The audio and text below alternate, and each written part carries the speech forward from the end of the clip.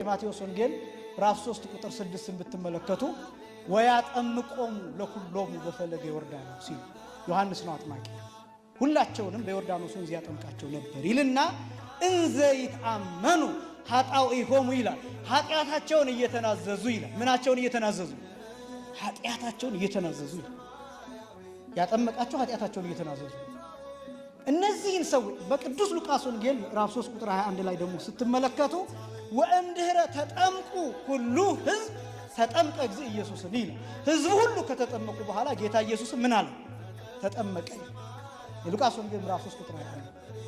አሁን ምን ሊሰራ ነው ጌታ ከነሱ በኋላ የተጠመቀበት ምክንያት ምንድነው ቢባል አርአያ ለመሆን ምሳሌ ለመሆን ኃጢአት ሳይኖርበት ግን ከኃጢአተኞቹ መካከል ተቆጥሯል።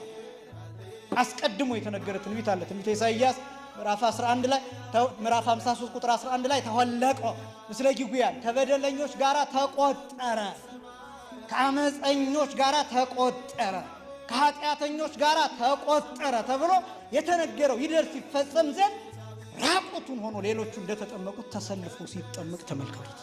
የተጠመቀው ግን የዮሐንስን ጥምቀት ነው፣ የንስሐ ጥምቀት ነው ተብሎ ሲጠራ ክርስቶስ ኃጢአት ኖሮበት ከኃጢአቱ ለመንጻት ተጠመቀ ማለት አይደለም። የዮሐንስን ጥምቀት አሳልፎ የማንን ጥምቀት አሳልፎ? የዮሐንስን ጥምቀት አሳልፎ የልጅነትን ጥምቀት ለኛ ሊሰጠን ተጠመቀ።